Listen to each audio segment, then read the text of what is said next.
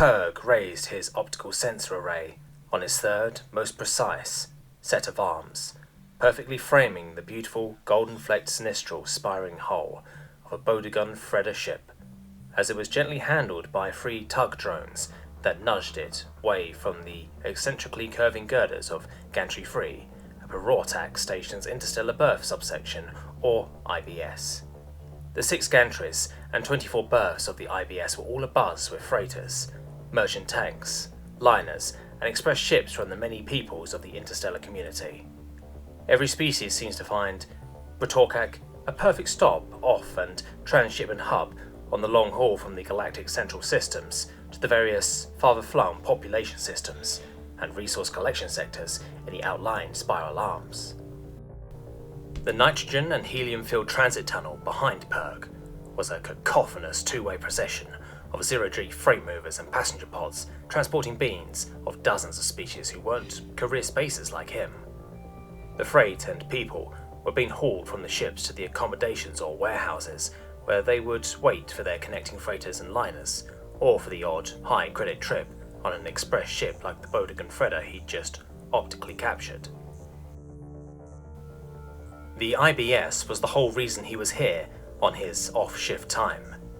He'd been a spacer for near on 20 cycles, nearly halfway to retirement for the Yellow-Tag culprit homogeny, but at every station he stopped, as he always found time to tether himself in front of a viewport with a perfect vantage out at the interstellar berths, so he could partake in his primary passion of spacecraft optical recording. His favourite were single-frame captures, which were, in his opinion, the most evocative. He knew that, even after more than 20 years of getting captures, he had only dipped the barest tip of his inner foot into the bottomless pool that was interstellar spacefaring, and the ships that participated in the trade. Oh, he had quite the catalogue, and he had even made credits for his retirement selling full-spectrum captures to enthusiast galactic net sites. But as he floated next to one of Perg Station's famous 30 standard meter-wide crystalline viewports, he couldn't help but feel a bit let down. Sure, there was a beautiful Bodegun Fredder named Stellar Flash being helped out of her berth, and there was a Holodran Megaliner, the newly crowned largest liners in the galaxy, at berth 62 that was twice as wide as the gantry it was nestled against. But he'd already seen a dozen of the rare Fredders, and he was on the ore-ship that delivered materials to the Holodran language yard, where the megaliners were built as part of his last contract. There was a very utilitarian-looking Phenilgran freighter with an odd drive configuration at berth 44, but it had been there yesterday when his own ore hauler had berthed at 43, and he'd already gotten a tour. No, today Perg and all 20 of his arms were just not feeling the spark that had kindled his imagination and sense of wonder as a nursling. He was using his 5th set of arms, his strongest, to pull himself on his tether towards where he was tied off to the edge of the viewport, when an icon appeared in the display overlaid inside his helmet. He aimed his optical array and bumped the magnification up by a factor of 100. The spacecraft in his magnified view was indistinct, like a mist falcon hiding in the darkness before it swooped down on its prey. It was a warship, no doubt. Only combat vessels wore the infinitely black paint that blended with the depths of space, like the shadow that was floating towards Gantry 5. Raw, where is that warship going? Perg queried the station's mind. Good morrow, Spacer Perg. The warship will be performing a personal transfer from the shuttle bay at the end of Gantry 5. A shuttle transfer? How long do I have? Perg blurted, sending a bit of spittle onto his suit's faceplate for the auto-clean function to deal with. According to the warship's mind, you have 5.5 half-lives of cesium from the time the ship takes station until the process will be complete and the warship will depart. The mind actually sounded a bit surprised, but Perg was already hauling himself along with 5 of his sets of arms, showing why the Phlegm Cloud Riders were so highly sought after as spacious, especially for zero-G work. How long is that in standards, and why the hell are they using half-lives of cesium when they are... Perg stopped mid-sentence when 2 beings in motted green and grey suits kicked, out of an airlock just ahead of him. Perg took stock of them, two upper arm parts with one middle joint and appendages at the end that seemed to end in grasping bits that were clad in complicated-looking gloves. A single head, with two stout-looking legs, with only a single foot on each leg. Perg was taking stock of what he was seeing when the larger of the two, that was in the lead, grabbed the rail 20 standard meters ahead of him and practically launched itself up the tunnel with a flick of the grasping appendage at the end of its arm. The larger, or perhaps the correct evaluation, was thicker. One looked back at the other beam, and Perg missed his next handhold with two sets of his arms when he saw its face for its helmet visor, and especially its eyes. It had two, obviously binocular eyes, deep, deep, deep, within the little primitive part of Perg's brain. A long-disused genetic alarm klaxon was screeching for the first time in its life, at least outside a nightmare. That was a predator, a dyed-to-the-marrow biological killing machine. With a measure of mental effort he had used since the first time he'd pushed himself out of an airlock for an Eva, Perg gripped the space's rail with his seventh set of arms and continued along behind the predators. "Spacer Perg, did you hear me?" Perg asked gently. "Those are humans ahead of me, aren't they?" Perg didn't mean to be rude. In fact, Phlegm Cloud Riders were famous for their hospitality and gentility, but 20 years as a spacer could put an edge on any tongue. Luckily, the station's mind was getting used to this kind of reaction regarding her human guests. She replied with only a tinge of mirth in her tone. "They are indeed, Spacer Perg. And that means there has to be a Terran Constitutional Navy ship. I've never seen one. I don't think any Phlegm has." Perg's apprehension was forgotten as he set his arms to work, hauling himself after the two humans, flinging themselves down the tunnels with effortless flicks of their grasping bits. The humans swung smoothly through the small workers' airlock that connected the transit tunnel to the hollow center of Gantry 5 and cycled it before Perg could catch up. They were fast, despite their paltry single set of arms. Perg waited as three Motecan longshoremen, helmets open so they could enjoy the helium, came back out of the lock the other way, heading home after a long shift. As soon as the way was clear, Perg practically shot into the apparatus himself, quickly cycling the inner and outer doors in order with his first and fifth sets of arms, not having to wait more than a hard flutter, since the pressures were already equal on each side. Perg exited the airlock, shutting it behind himself out of long-drilled habit. There were no spacer's rails in the gantry, only staples, half hoops of metal welded or bolted along the areas of the bay designated as work areas for the longshoremen. The work crews here were mostly Motecans and Farbi, and they were all intently controlling the dozens of drones that pushed and pulled cargo containers out of the huge holds of the merchants that were tied up on Gantry 5. On the opposite side of the gantry, Perg could see a steady trickle of beings in a rituous clash of suits of every shape and colour as they slowly passed themselves along from staple to staple towards the passenger pod. The beings were obviously passengers being foisted off of merchants and express ships by shuttle in order to avoid the time loss and fees that a berth would require. Halfway up the bay, two Motecan longshoremen on tethers were trying to wrangle a fat male Tshirt that had lost his grip on the staples and was flailing about with his 6 tentacles like he was trying to swim. Perg orientated himself on a complementary string of staples on his side of the gantry that also went straight to the shuttle bay and began passing along it, practically galloping in 0G, using 4 of his sets of arms. Ahead of him, at the end of the gantry, were the massive circular doors of the shuttle lock that would allow Galactic Standards compliant shuttles to actually pass into the gantry, to be secured to one of the 4 internal landing pads. Most shuttles never bothered, but it was a feature of every major station Perg had been to. By the time Perg reached the end of the gantry, the humans had already gone through another workers' airlock and were standing, with their feet magnetically anchored 10 standard meters from the center of the first landing spot on the number 4 surface of the shuttle bay. Perg looked to each side of the shuttle lock and found the access for the Gantry 5 control blister passing himself quickly from staple to staple to the hatch that led to it and heading outward so that he'd be able to see the human warship and its shuttle. There were 2 beings, a scale-covered Iotu and another Motecan, hovering weightlessly at consoles in the raised crystal-domed control blister, looking out onto an unconstrained tableau of billions of distant stars and swirling masses of space dust.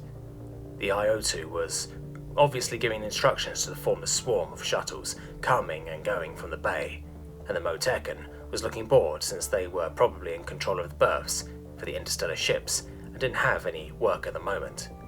Neither one of the two seemed bothered he was there, but he cleared his presence with Perora before tethering to the side of the dome blister that was nearest to the human warship. The human warship had matched velocities with patrol attack and was in one of the designated short-term parking spots, but although it was at just a bit over 2 standard kilometers away, the eye-baffling black shape of the human warship was hard to pick out, even silhouetted as it was against the purples and golds of the dust cloud and future planet Perotak orbited. Perg aimed his optical sensor array at the stealthy black form, turning the trusty but ancient sensor array manually with a second set of arms as his third held the array steady. The usually near instantaneous full spectrum scanning program took a full standard minute to come back with usable data, but while he was scanning, he was able to take some truly haunting single frame captures. "It's like a blurry space-faring monster covered in guns," Perg mumbled to himself. "That's extra scary." As he watched, the human ship, several more shuttles entered and exited the bay.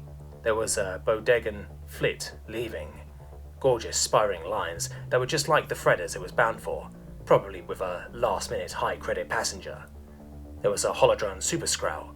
It was all bloated angles and painted the same deep blue and white as the megaliner it serviced. And there seemed to be at least 2 pinnaces, one T-Guan, in the brushed copper hues that were common to that species, the other a Javian craft of a style Perg had never seen before. The bright red and white craft was elegant, even by Javian standards, and looked to be at least 60% engines. Perg grabbed a few single-frame captures of the pinnacles on reflex, looking away from his array just in time to see an intense point of blue light blossom next to the warship's enigmatic black form. Perg had his suit's computer asked for listen-only access to the shuttle bay control frequency.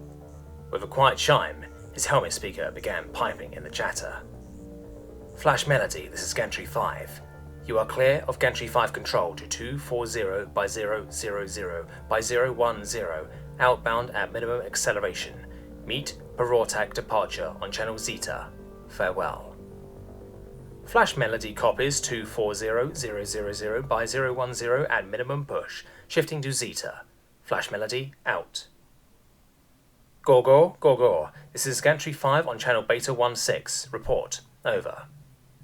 Gantry 5, this is Gorgor on final, locking in automation. Request landing pad number. Over. Gorgor, Gantry 5 sees you on final. Automation is sweet, you are cleared to spot 16. Standing by for your departure call. This is Gorgor, sweet on auto and cleared to spot 16. We are here a few standard hours. 1,000 blessings be upon your mind, Gantry 5. Out. Gorgor must be the Javanian pinnace, Perg thought with a bit of an internal chuckle. The well-rehearsed chatter of the O2 with the various pilots of the craft entering and exiting the shuttle bay was soothing in its clarity, rapidity and efficiency. Perg was highly appreciative since a good controller was a gift from the god scientists themselves. He listened bemusedly as the O2 answered the departure call for the Super Scout and flawlessly checked it out to Perotak departure, while he acquired the human shuttle on his optical array at 20 times magnification. Perg found the blue trail of the human shuttle's drive torches, then focused his array. His primary eyes opened wide, and his secondary eyes matched sightlines with his primaries out of shock at what he was seeing. The human shuttle was a mottled assortment of greys on one side and a flat black on the other. There was a set of domes at the roundly pointed prow of the shuttle, one ahead of and below the other, so that the 2 humans in suits he could see would have unobstructed views in front of them. The shuttle tapered out from the prow with powerful, almost muscular curves and bulges to form what looked to be a very spacious diamond central hull, with down-sloping sides that would be wider at the top of the side with the dual cockpits, and slimmer on bottom, where the landing apparatus probably came from. There were obviously two very large engines set on either side of the hull at the junction where thick, high-mounted adrenal wings sprouted outward. The rear of the shuttle came to a tapered and flattened tail cone from which sprouted two booms, about 2 standard meters apart. Each of the thick booms ended in a single, slanted fin. Wings. Wings. Perg suddenly realized what he was looking at. This wasn't some rich yachtsman's pretty penis with more engines than sense. This was a full-blown planetary surface-to-space and orbital insertion-capable dropship. This had to be one of famous MV-104 albatrosses that Perg had only read about or seen reports of from the Battle of the Bountiful Polar Zone and the later relief of the 222nd Constitutional Marines. Gantry 5, this is Perortak approach. You're not going to believe this, but I'm checking in a military craft under manual control to you. Be advised, Bruiser 10 is under manual human control. And before you ask, Perora has already confirmed this is authorized. The approach controller gave an audible exhalation, or whatever gas it breathed, and then finished with, "Good fortunes, Gantry 5. Approach. Out." Perg looked over at the O2, just in time to see the scales visible for his helmet ripple and shift hues for a moment, before returning to their normal tan and blue just as another voice came across the control frequency. Gantry 5, this is Bruise 10 on final. Velocity is nominal, on portal entry path, 20 seconds to still crossing. Requesting pad assignment? Over. Perg knew that was what an emergency manual shuttle entry call-up should sound like. He knew that the sill was the imaginary line where the shuttle bay portal and space met. He knew that the portal entry path was the line that stood perpendicular to the plane of the sill and was dead center of the bay portal. And finally, he knew that velocity nominal meant that the dropship was, supposedly, operating at a velocity so that it could stop within half the length of the bay, using only 10% of its available forward hemisphere thrust. Perg knew all that because he was studying to become a shuttle coxswain for his next contract. He knew all that, and he also knew that Bruiser 10 looked like it was coming in at 10 times nominal for any shuttle appearance he'd ever seen.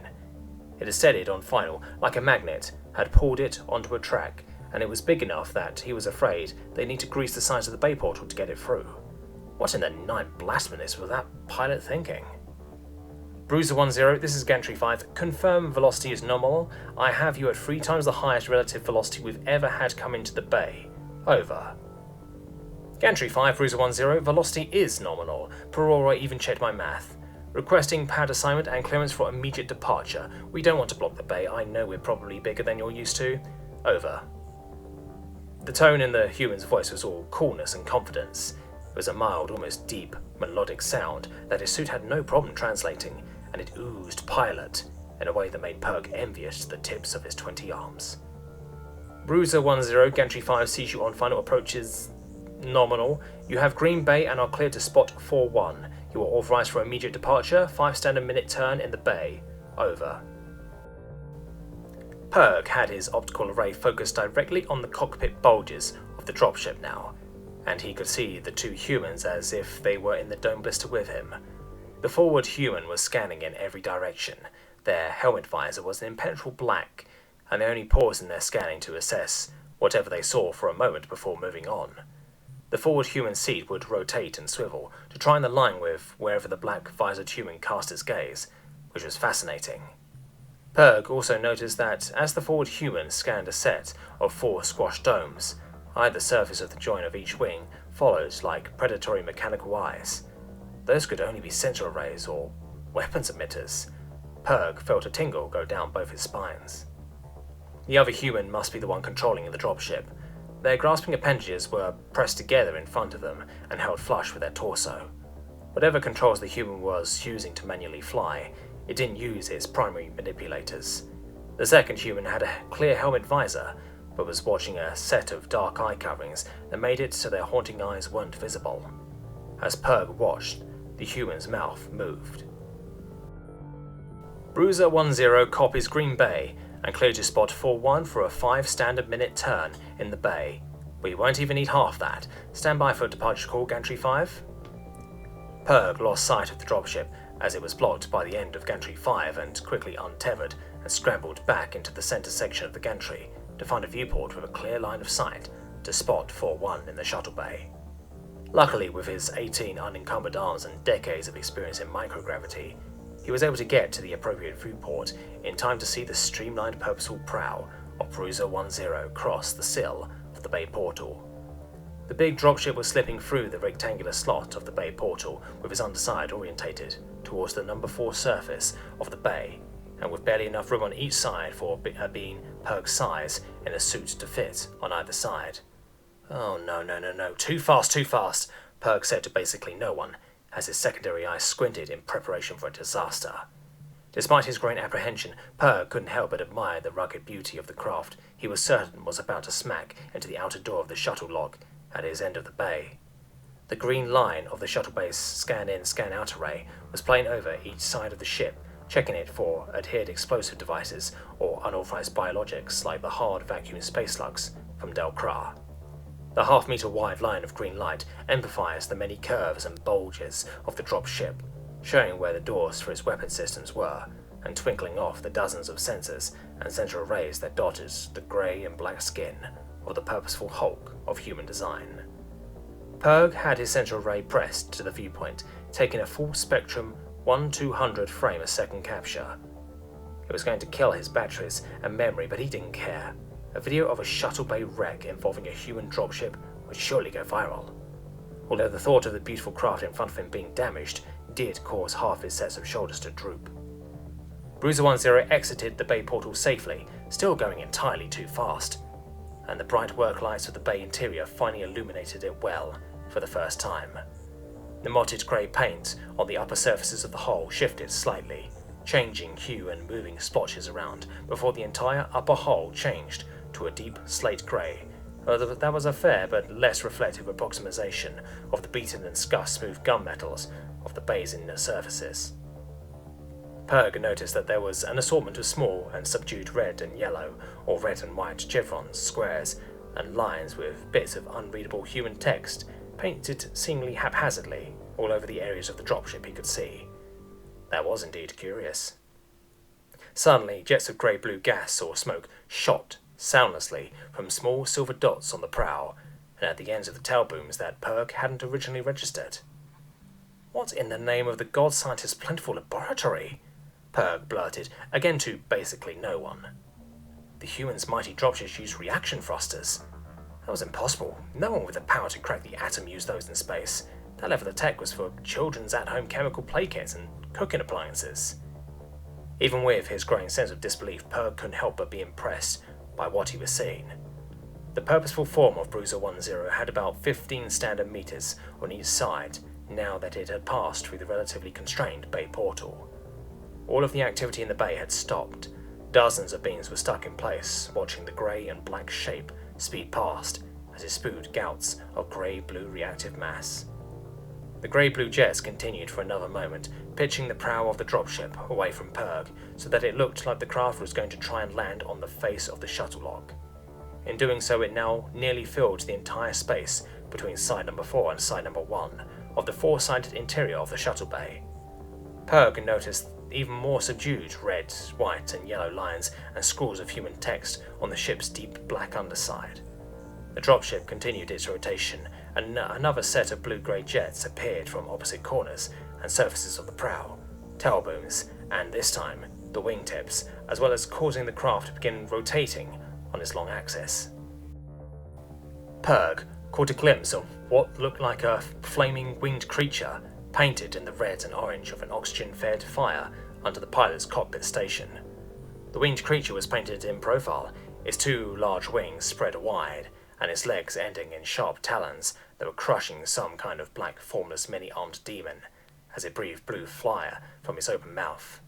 Besides the painted demon were several clusters of white hatch marks that were stylized to look like claw scratches. Bruiser 10 continued its multi-axis rotations until the craft was on a reciprocal heading and with its underside in the same orientation to the number 4 surface it had been when it entered the bay. Another flurry of jets stopped the big grey and black dropship smoothly. In the performance of its twisting flip, the dropship had also crossed half the distance to spot 41, when the two humans Perg had seen before stood, still magnetically attached to the side of the bay beside the outline of the landing spot closest to him. Bruiser 10 still hadn't lost any of the speed it had carried into the bay, and was at least 3/4 of the way to spot 41, when the two deep-set engine nozzles on either side of its main hull glowed blue, just for the briefest fraction of a second, then died again. An indicator on Perg's helmet display noted a fractional and momentary increase in ions near him, but he didn't really notice it. He was just staring now. His third set of arms continued, holding the optical ray steady out of a combination of instinct, repetition, and sheer luck. The momentary push from the main engines had arrested Bruiser 10's progress directly above Spot 41. With a few more jets of blue-grey reaction mass, the dropship descended like it was riding in an invisible elevator. A portion of the rear of the main hull in between the two tailbooms swung out from the rest of the craft and formed a single ramp that showed the dim, red-lit interior of the dropship. A human in a grey motted suit with a hard-faced, non-transparent helmet appeared on the ramp. The human on the ramp was obviously magnetically locked to the ship through their boots, with a thick tether floating behind them into the red interior of the dropship. Bruiser 10 descended into the last 10 standard meters from the side of the shuttle bay with its rear access open and no landing apparatus extended. 5 meters. Still no landing feed or even an odd-fashioned set of magnetic pads had extended from the dropship. 2 meters. Perg didn't even think any shuttle, pinnace or boat he'd ever seen before could get its landing apparatus down in the time that was left before the dropship finally ran out of luck and smacked into the inside surface of the shuttle bay. But none of the 3 visible humans seemed concerned in the least. The 2 magnetically attached to the bay were obviously looking up at the dropship. The one on the ramp looked down at them, then moved one of its grasping appendages in a horizontal arc in front of itself twice. The smaller of the 2 on the side of the bay returned to the gesture with an outstretched arm raised over his head. Perg felt frozen in time and space. Those humans were going to be crushed. Blue-grey jets spewed from even more points on the underside of the prow, booms and wingtips of Bruiser 10, stopping it just as its ramp touched the gunmetal surface of the bay in front of the 2 waiting humans. The ramp pivoted back into the ship slightly.